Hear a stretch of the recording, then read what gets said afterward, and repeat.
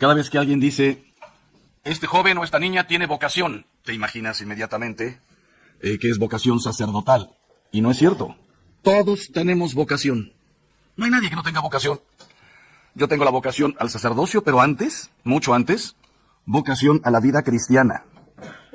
Vocación a la santidad. Ya después, en mi caso, se concretó en el sacerdocio. En tu caso, en el matrimonio, en la maternidad, más además ejerciendo como médico, como abogado, como lo que sea. Todos tenemos vocación. Es lo primero que nos tenemos que meter en la cabeza. Nada de lo que va a pasar en nuestra vida es una casualidad. Soy médico pues porque no encontré otra cosa, porque mi padre era médico, porque bla, bla, bla. Soy casado, soy soltero, soy esposo y tengo una profesión porque Dios me llamó. Y en el subsuelo, por decirlo así, de la vocación, la que sea, está un llamado a la santidad. Ahora les voy a decir cómo me gusta a mí presentar la santidad. Porque cada vez que nos hablan de la santidad, piensas en Ignacio de Loyola. ¿Quién puede ser como él? El Padre Pío. Acabo de estar en Italia, justo ahí en San Giovanni Rotondo. ¿Quién puede ser como el Padre Pío? Además de que Dios nuestro Señor le concedió el tener los estigmas que le daban una credibilidad, muchos problemas también. Se metió en problemas hasta con su propia congregación, celos y tontería y media. Si algún día vas a San Giovanni Rotondo, vas a ver el cuartito en donde estuvo encerrado 4 años. 4 años, no 4 semanas ni 4 meses, sin poder predicar, que porque él se estaba inventando toda la cuestión de sus llagas. ¿Te imaginas en las noches abrirte la mano con un tornillo y para una pretendida santidad? Ni él mismo se podía creer que dudaran de él. Parece mentira, pero en la iglesia muchas veces pasan estas cosas. En el fondo había un problema de dinero. Saben que otro franciscano, igual capuchino como él, estaba haciendo un hospital importantísimo en Roma. Y el Padre Pío quería el hospital en San Giovanni Rotondo, la casa del dolor, del auxilio, del alivio, del dolor. Y el otro padre quería todo el dinero para Roma. No son incomprensibles estas cosas, problemas humanos. Total, que lo encerraron ahí. Y es parte de su santidad. ¿Cómo le hizo? La cantidad de gente que lo buscaba, y él consintió. Pero tú y yo no estamos llamados a eso. ¿Qué es la santidad? Vamos a ver los puntos más importantes. El éxito para un cristiano es la santidad. Hoy la palabra éxito la usamos muchas veces mal empleada. ¿Quién es una persona de éxito? Una persona que tiene tres casas, la playa, un chalet en la montaña, tu casa en la ciudad. Éxito, ¿cuántos restaurantes tienes? Vean el exitazo de McDonald's, el exitazo de Pizza Hut, de Domino's Pizza, el exitazo de mucha gente que le pegó a un buen negocio.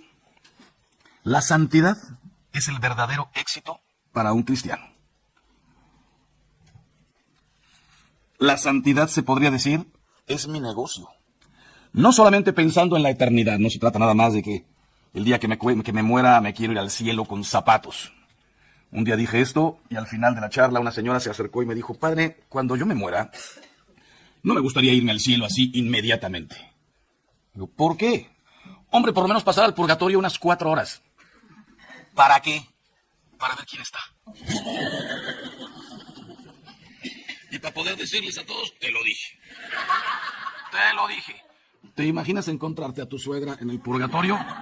Saber que tú vienes por 4 horas y ella por 20 años y decirle, suegra, 20 años pasan volando. No se trata nada más de que cuando yo me muera me quiero al cielo inmediatamente. Dicen que el purgatorio es lo mismo que el infierno, pero con esperanza. Debe ser tremendo. El saber que fui creado para Dios y ahora estoy apartado completamente de Dios. Lo único que me sostiene es que por la esperanza sé que un día voy a salir de aquí. Esto se lo digo para que deseen con todas sus ganas el día de su muerte irse al cielo con zapatos. Pero, decía yo, no solamente pensando en el día de mi muerte, no, la santidad hay que gozarla ya aquí.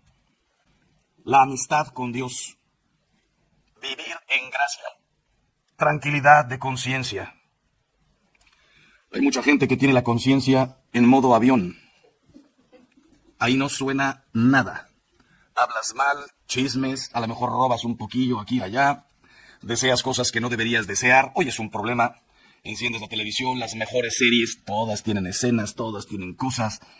Tenemos que cuidarnos de una manera tremenda. A veces se nos aparecen las cosas y depende de tu nivel de santidad que siempre mantengas la amistad con Dios. Pero además, un auténtico cristiano tiene que ser santo para santificar. La santidad no es nada más para mí. Tú eres madre de familia, padre de familia. Tienes empleados, influyes en la gente. Vean hasta esa palabra que hemos inventado, influencer. ¿Y hoy por qué hay tanto influencer? Porque hay mucho estupidencer.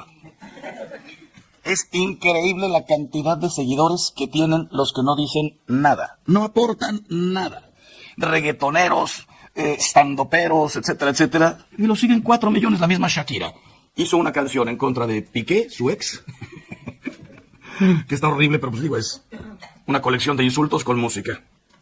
Y en 2 días ya la vieron 6 millones, 10 millones de personas, ya la oyeron, la están canturreando. Y sus propios hijos saben que está hablando de su papá. Entonces, la santidad es mi negocio, mi tranquilidad de conciencia. Al final de la vida, solo contará haber sido santo. La santidad, decíamos, es la vocación del cristiano. Creados para la santidad. Y ahora sí, ¿qué es la santidad? Les voy a decir 1, 2, 3, 4, 5, 6, 7, 8 cositas para que las puedan reflexionar al terminar aquí. ¿Qué es la santidad? Algo objetivo y al mismo tiempo personal. Algo objetivo, pero muy personal. Mi santidad no es la del Padre Pío, ni la del cura de Ars. Tú no eres monja, no eres cura. Tú no tienes que sermonear a nadie. La santidad es algo objetivo, vivir en gracia, orar, presencia de Dios, pero algo muy personal, muy personal. Si todos tuviéramos que ser la Madre Teresa de Calcuta, o me acuerdo cuando yo estudiaba en Salamanca hace 40 años, y me empecé a leer la vida de Santa Teresa, las moradas, la vida, etcétera, etcétera, sus poesías. Oh hermosura que excedéis todas las hermosuras. ¿En qué momento, cuando estaba ella levitando, en qué momento Dios le concedió todas esas gracias? ¿De dónde salió? Ella fue una monja que entró al convento a los 16 años. ¿Con qué preparación? En aquel tiempo las mujeres ni estudiaban. Y después termina siendo doctora de la iglesia. No es tu vocación ni la mía. Ahora que estábamos desayunando, estaba oyendo qué belleza la vida de San Bernardo. No es mi vocación, la de él. Ni va a ser esa mi santidad. Tú tienes que ser santa en tu casa, liando con tus hijos, con tu marido, con su carácter, con tus enfermedades, con tus cosas. Por tanto, lo primero es algo objetivo, tengo que vivir de cara a Dios, pero de una manera muy personal. Segundo, la santidad no es lo que sabemos, sino lo que vivimos. Porque yo les podría decir, estudié filosofía, teología, todo el catecismo, ciencias de la familia, poquito de psicología. No, pues soy un santazo. No es lo que sabes. Qué pena decirlo, pero hay gente en la iglesia preparadísima, teólogos.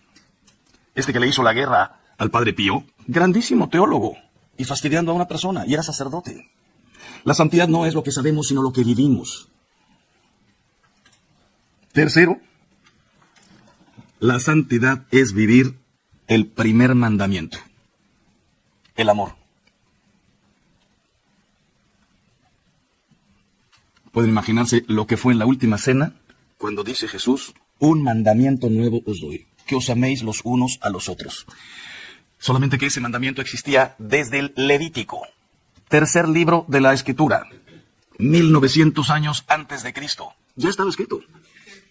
Amaos, amarás al Señor tu Dios con todo tu corazón, con toda tu alma, con toda tu mente, con todas tus fuerzas, y a tu prójimo como a ti mismo. Levítico. ¿Y entonces qué aportó Jesús? Que el judío no sabía exactamente qué significaba prójimo. Mi prójimo es alguien de mi mismo pueblo, de Israel. Ese es mi prójimo. Y por tanto a ese no lo matarás. Todos los que no eran israelitas no son el prójimo.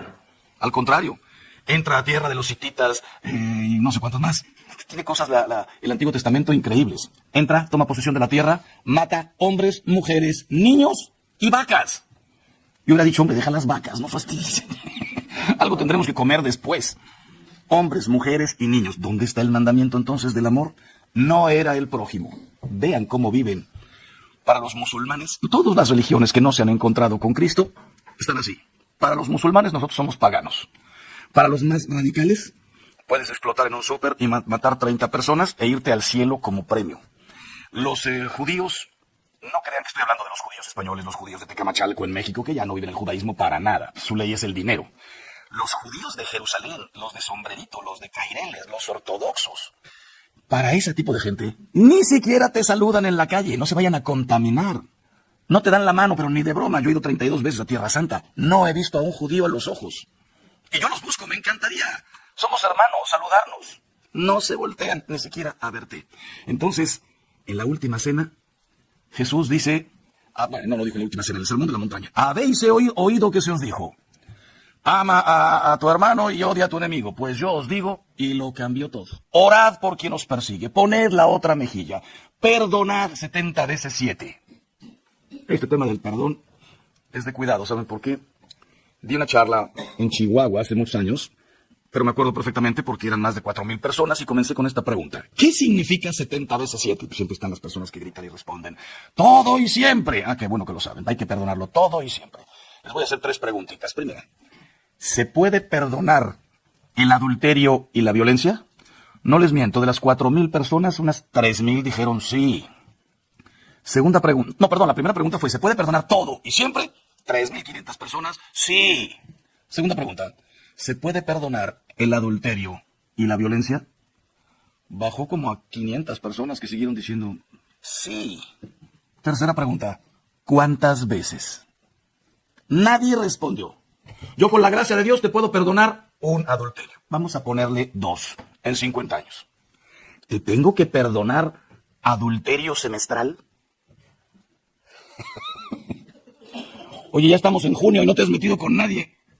Te tengo que perdonar un adulterio cada semestre. La violencia. Un día llegué a la casa enojado, me gritaste, te grité, te pego un bofetón. ¿Cuántos de esos te tengo que perdonar? 1 en la vida, sí, no vas a tirar a la basura un matrimonio de 25 años por un momento de violencia. O 2 en toda tu vida. Pero violencia semanal. ¿Se puede? Yo que soy sacerdote, he ayudado a hombres y mujeres a salirse de su casa. Sáquelo, sáquela. O vete.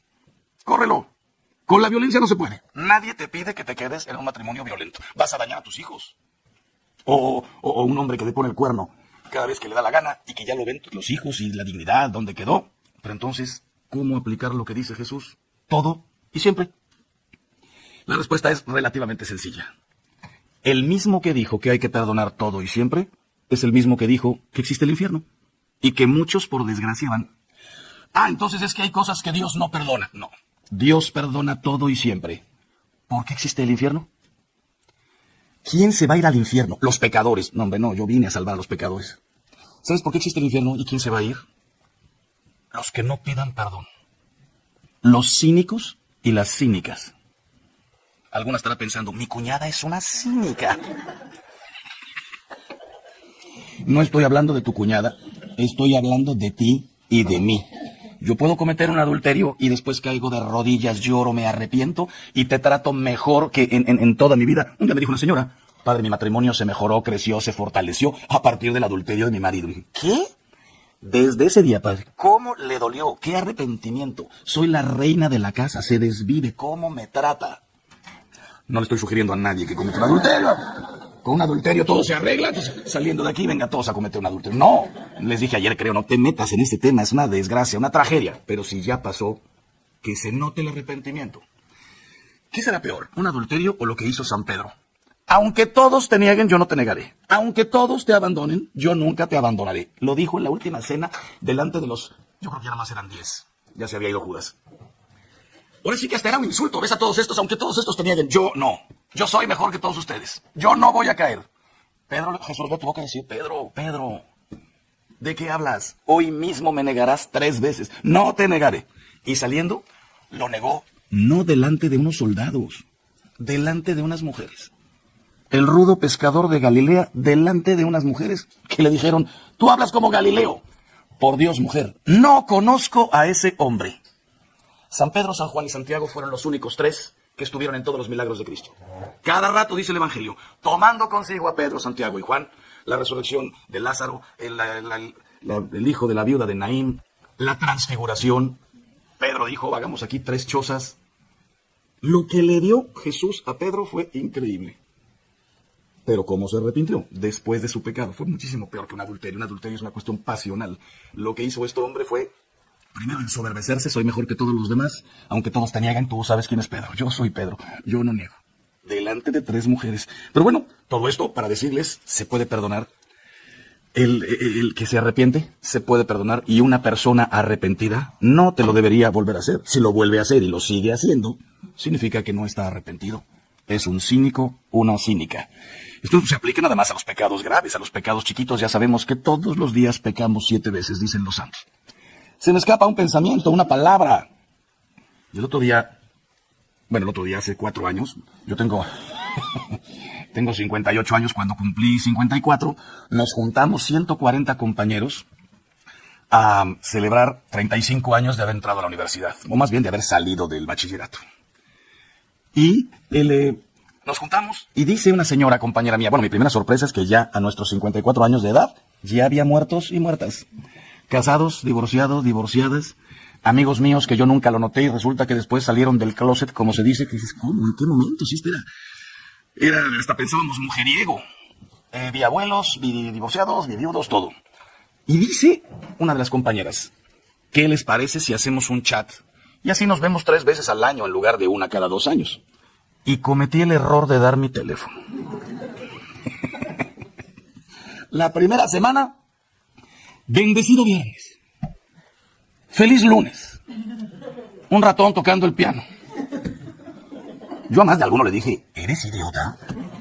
Bendecido jueves. ¿Qué, maldito viernes o qué? Todos los días son de Dios. ¿Me vas a mandar algo? Mándame algo que me mueva el corazón o que me golpee la conciencia. Bendito lunes. Qué inútiles. Globitos, manitas, stickers. Segunda semana apareció el primer bikini. Bueno, un bikini, no pasa nada, no exageremos, chiste malo, basta. Tercera semana apareció el primer monokini. ¿Qué me salgo? ¿Qué me meten? ¿Qué me salgo? ¿Qué me meten? ¿Qué me salgo? Que le llamo al administrador. Oye, yo no puedo estar aquí dentro. Ángel, por favor, tú eres el único que pones cosas interesantes. Quédate, yo voy a hablar con este idiota para que no vuelva a poner nada. ¿Qué me quedo? Siguiente semana apareció el primer sinkini.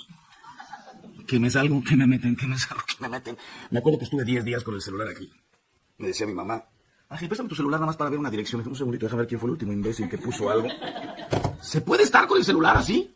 ¿Qué me salgo? ¿Qué me meten? ¿Qué me salgo? Y ahora sí hablé otra vez. Te lo suplico, Ángel. Ahora sí, no vuelven a poner nada. A la siguiente semana me subo a un avión, voy en el pasillo, fila sexta más o menos, y a las 8 de la mañana me aparece un paisaje precioso. Pero era video. Lo veo, le doy al play, y empieza la mujer esta del gemido, ¡guau, guau! Que no se puede parar ese video. Los que iban entrando al avión todos... ¡Padrecito! En ese momento escribí, espero que todos puedan comulgar el próximo domingo.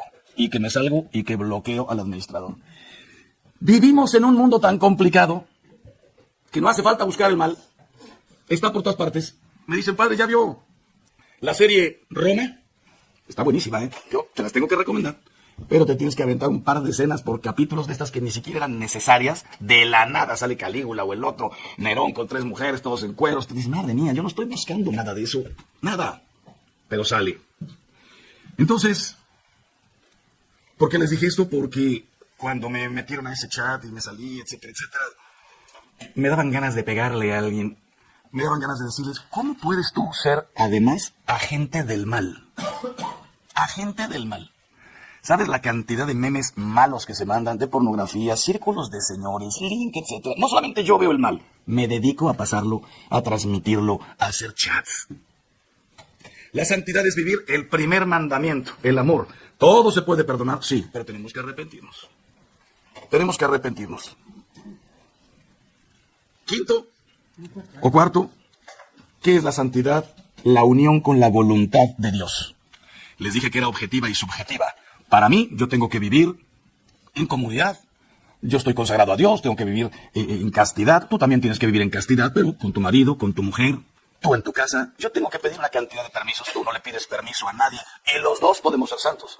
Los dos tenemos que vivir obediencia a nuestra conciencia. Dios habla en tu conciencia. A mí me piden muchísimo más, porque tengo una vida religiosa. Imagínate una monja de clausura. Una monja de clausura comete un pecado si falta el silencio. A ti y a mí esas cosas ni nos preocupan. Yo sí, yo en mi casa sí tengo momentos antes de la meditación, silencio absoluto. Hablar es faltar a tu conciencia. Ustedes no. Pero ¿sabes cuántas cosas tienes que cumplir que escuchas en tu conciencia? Es más fácil obedecer a mi superior, a mi obispo, al Papa, que obedecer a mi conciencia. Y en ese sentido ustedes y yo somos iguales. ¿Cuántas cosas Dios te dice en tu conciencia? ¿Qué es la santidad? Vivir la voluntad de Dios. Esto no se dice, esto no se hace, esto no se ve, esto no se lee, esto sí se hace. Busca a tu suegra, pide perdón, atiende. El otro día que dije busca a tu suegra. El otro día di un consejo que al final una señora vino y me dijo, padre, es el consejo más malo que he oído en toda mi vida. ¿Qué consejo? Imagínate que se murió tu mamá, tu papá, tu suegra o tu suegro. ¿Qué hacemos con el que quedó solito? Mi consejo fue, tráetelo a tu casa. A mi papá, a mi suegro. Tráetelo a tu casa. No, padre, es el consejo más estúpido que he oído en toda mi vida. Y les dije, discernimiento. Si tu papá, tu mamá, tu suegro o tu suegra cumplió 85 años, camina despacitito, ya se le fue la cabeza a Disneylandia, ya no opina, no cocina, no cambia las cosas del lugar, no se mete con nadie, tráetela a tu casa. Antes de que se caiga y te la tengas que traer, pero operada de la cadera, con 2 enfermeras a tiempo completo, un dineral y con el arrepentimiento de por qué no me la traje antes.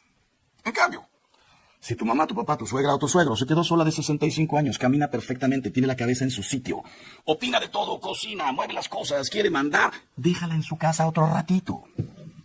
Vela a visitar, tráetela a comer de vez en cuando. No te compliques la existencia. Yo le doy gracias a Dios de que mi mamá murió durante el COVID, no de COVID. Murió ya, ni siquiera de edad, 76 años, pero estaba muy traqueteada.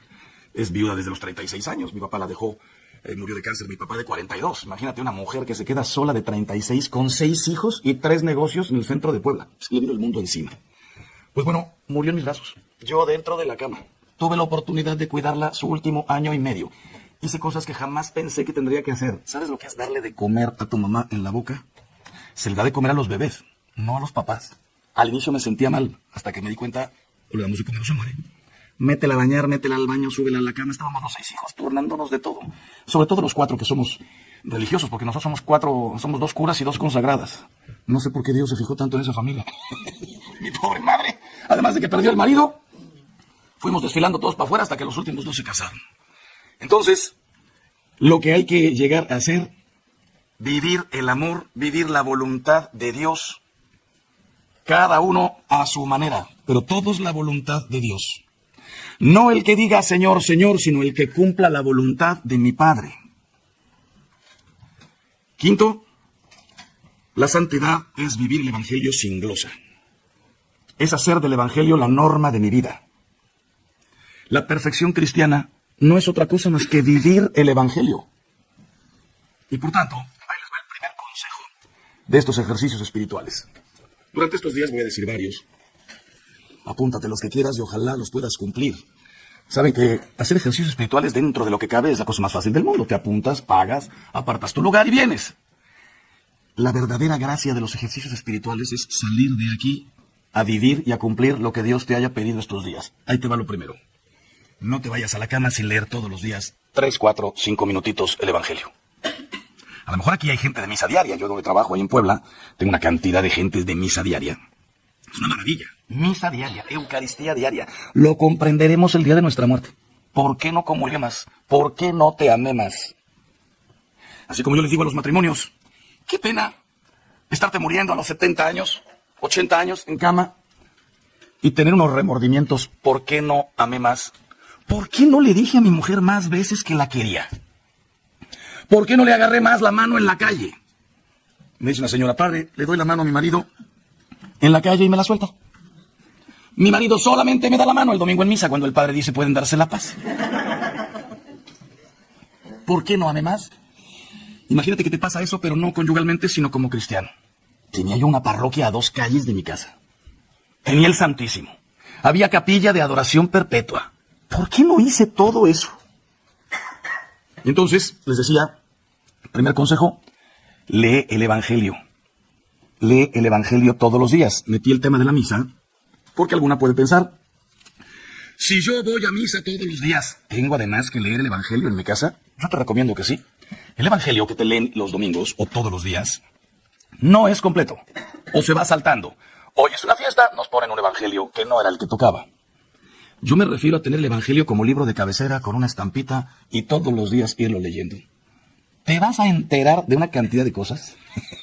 Hace 20 años, tenía yo un año de cura. Me siento a confesar en una parroquia, se abre el confesionario, entra un tío, ni lo vi, nada más vi que se arrodilló. Digo, Ave María Purísima, y me dice, y con tu espíritu. Comenzamos bien. Me empieza a decir sus cosas, y de pronto me dice, pero padre, como dice el Evangelio, ayúdate que Dios te ayudará. Y yo digo, ¿y dónde dirá eso el Evangelio? Cuando él terminó de hablar, comienzo a hablar yo, y le digo, mira, no te preocupes. Como le dijo San Pedro a San Pablo, camarón que se duerme, se lo lleva la corriente. Me pregunta el tío, ¿eso le dijo? Le digo, desgraciado, saliendo de aquí, penitencia. Te compras un evangelio y no te vas a la cama un solo día de tu vida sin leer un versículo, medio capítulo, lo que tú quieras, lo que tú quieras. Desde ese día, hace 20 años, somos amigos. Nos vemos una vez cada 4 años. ¿Qué pasó por su ciudad? Cada vez que lo veo le digo, ¿ya supiste lo que le dijo Pablo a San Pedro? Padre, déjeme de fastidiar hasta que te aprendas de más. Conocer el Evangelio es una delicia. Léetelo, Mateo, Marcos, Lucas, Juan. Terminas y vuelves a comenzar. ¿Cuántas veces? Hasta que te mueras. Si quieres, después de haberlo leído los 4 Evangelios, pásate a los Hechos de los Apóstoles. Una cantidad de cosas que vas a decir, esto no lo sabía. No lo sabía. El Evangelio tiene que formar tu vida. Vivir el Evangelio sin glosa, esa es la santidad. Sexto, la santidad es trabajo de toda la vida. No es que se alcance y se pase a otra cosa. No es ni una meta que se alcanza, ni un espejismo que cada vez que yo pensé que ya había llegado, se va más lejos. No. Pero no es una meta que se alcanza. ¿Sabes cuándo se alcanza la santidad? En la otra vida. Aquí no. Imagínense que yo les dijera, ¿qué creen? Yo ya llegué a la santidad. No me diga cuándo. El martes pasado. Como a las 6 de la tarde. Hay cosas que se alcanzan. Ya terminé de pagar mi coche. Ya terminé de pagar la casa. Ya terminé la carrera. Ya terminé mi despacho. Ya nacieron mis hijos, ya casé a todos mis hijos. Ahora, a ser abuelo feliz. Hay etapas en la vida que se alcanzan. La santidad, no quiero desilusionarlos, no se alcanza. Pero sí, estar en el camino de la santidad. Si te preguntan, ¿tú ya eres santo? Voy de camino. Voy de camino. No creo haber llegado, me falta mucho. Sobre todo ayer tocamos el tema de la omisión. Puede ser que aquí alguien diga, yo no he cometido un pecado grave desde hace años. Te lo creo. Te lo creo. Pecadines de esto, se me fue un pensamiento, se me escapó un chisme. Una mala palabra, nos puede pasar a todos más, como les digo, me mandan mujeres, me mandan cosas. Pues salte de ahí, sí, pero ya la viste, ya se te fue un pensamiento. De esas cosas chiquitas, Teresa de Jesús decía, la imaginación es la loca de la casa. ¿Pero qué? Teresa de Jesús tenía iPhone, iPad, iTunes, iMac, iWatch, iDios, no. Si no tenían nada, no había ni periódico. ¿Cuál imaginación? ¿Cuál loca de la casa? Nosotros tenemos que vivir en un esfuerzo por concentrarnos. Tenemos 20,000 distractores. 20,000. ¿Teresa qué tenía? Y dice, es la loca de la casa. Metida en un convento. Imagínate cuántos pecadines podemos cometer tú y yo. Dice Santiago, una de sus cartas, cuida tu lengua. Les dije ayer, aquí no están los narcotraficantes del mundo. Pero con tu lengua puedes hacer un daño. Chismes.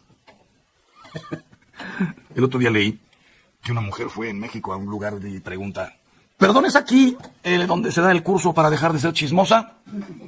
¿Sí quiere apuntarse? No, nada más quería saber quién se anotó. Y después hablar todo lo que se pueda. Y por último, séptima, es la santidad, es una necesidad apostólica. ¿Por qué una necesidad apostólica? No quiero entretenerme mucho, pero sí ven cuántas cosas malas están pasando en la iglesia. Cuando digo la iglesia no me refiero al papa, a los curas, a los cardenales. Ellos también, cada uno sabrá qué tiene. Me refiero a la iglesia. ¿Quién es la iglesia? Ustedes. ¿Alguna vez habías pensado que hay un solo papa y tiene casi 80 y algo años? 200 cardenales, pasan todos de 70 años. 4,000 obispos, los más jóvenes 50 y algo años. ¿Y cuántos laicos hay? 2,000 millones de católicos, de cristianos. 450,000 sacerdotes en todo el mundo, menos los que se pelen esta semana. Todos los días está muriendo alguien. El COVID mató a 32 sacerdotes en mi diócesis. De 60 y 70 años, ni siquiera eran ancianos. ¿De quién es la iglesia? ¿De un papa? ¿De 200 cardenales? ¿De 4,000 obispos? ¿De 450,000 sacerdotes? ¿O de 2,000 millones de católicos? La iglesia es de ustedes. ¿Quién tiene que arreglar la iglesia? Papa, cardenales, obispos y curas con su predicación, con sus directrices, pero tenemos que vivirlo todos. Es una necesidad apostólica, porque miren, ustedes tienen hijos. ¿Quién va a formar a sus hijos? ¿Los gobiernos? ¿El colegio? Ustedes y a sus nietos. Estamos pasando por una problemática horrible en la iglesia porque se nos vino el mundo encima. Antes no se podía abortar, ya se puede. Antes no se valía la eutanasia, ya se vale. Antes, ¿qué cantidad de cosas han cambiado porque nosotros bajamos los brazos? Nos descuidamos. Hay quien le echa la culpa a la Primera y Segunda Guerra Mundial, la Guerra Civil Española, y la gente se dividió, se cayeron muchos valores. Otros le echan la culpa a la revolución sexual de los 60s. Otros le echan la culpa a los redes, televisión, periódicos, libros, lecturas, SARP, los niquilistas, esto, lo otro. Mira, yo creo que es un pool. Tantas cosas juntas. Más a eso súmale la pérdida de la fe. La pérdida de la fe. ¿Para qué ir a misa? ¿Para qué comulgar? ¿Para qué confesarse? Súmenle los ataques directos a la iglesia que han hecho muchísimo daño. Ustedes saben que pasando el Concilio Vaticano II, bueno, antes del concilio, aquí tienen ustedes la aparición de la Virgen en un pueblito donde dejó un mensaje clarísimo. Después del concilio van a ver cuántos sacerdotes, obispos, se van a equivocar. Se van a ir a vivir en pisos, van a dejar la vida religiosa. En el año 72 se casaron con permiso 8,000 sacerdotes. Con permiso. ¿Cuántos habrán dejado sin permiso? Hasta que llegó Juan Pablo II en el 79, dijo, ni un sacerdote más deja el sacerdocio. Y se dedicó a hablar con todos los que le pedían dejarlo. Cuando yo llegué a Salamanca era el año 84 y no podíamos ver la televisión. Sí podíamos verla, pero no encenderla. Yo la veía todos los días porque estaba en la sala.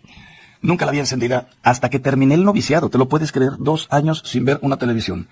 Cuando hice mi profesión de votos, pobreza, castidad, obediencia, por primera vez los que quieran pasar a ver noticias, pasen a la sala. Fuimos todos felices a ver una televisión después de 2 años. Era el telediario español. Sorpresota. Primer congreso de curas casados. 250 curas con bebé en brazos pidiéndole a Juan Pablo II que no fuera tan estricto. A ver, yo me equivoqué. Me tuve una relación con una señora en la parroquia y nació un bebé. Pero quiero seguir sirviendo a la iglesia. ¿Por qué me lo impiden? Ya tengo el bebé, no me puedo deshacer de él. Ya tengo a la mujer, pero soy sacerdote. Juan Pablo les dijo que no. Y entonces congresos para fastidiar, para presionar. Hay tantos problemas en la iglesia que nuestra santidad se ha convertido en una necesidad apostólica. Vean cómo están de alejados los jóvenes. Y los jóvenes son tus hijos, son tus nietos. Si a esto le sumamos, les decía yo, los ataques directos a la iglesia, al sacerdocio, las ideologías, comunismo, materialismo, las ideologías ahorita de género que a ti y a mí no nos tocaron cuando éramos chicos. ¿Qué tal cómo están ahora? Hay países en donde ya no, cuando nace un bebé, ya no se puede poner niño o niña. X, que decida él cuando crezca qué quiere ser.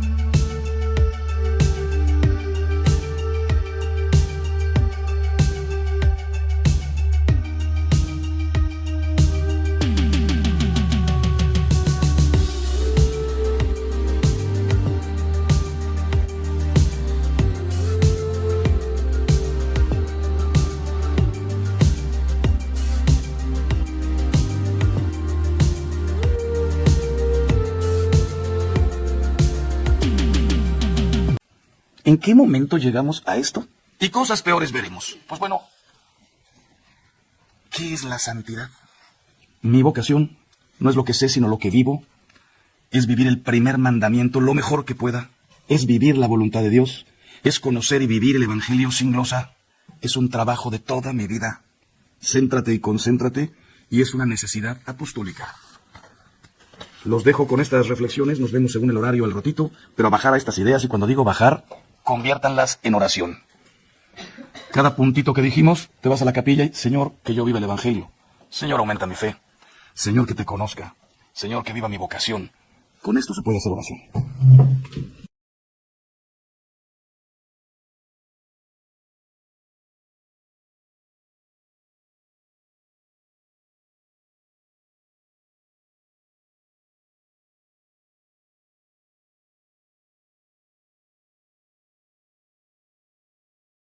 In the heart of winter's night, the world is still and calm. Snowflakes dance in silver light, like whispers in a song. Through the window, frosty panes, a quiet glow remains. Echoes of a soft refrain, where only silence reigns. But in the cold and lonely dark, a sound begins to play. A melody that sparks the night and sweeps the cold away. Oh, the sound of winter's serenade, a symphony so sweet. Six strings of love and dreams convey where hearts and coldest meet. Every note a star above, in the sky so deep and wide. The song of winter's tender love, in the night we confide.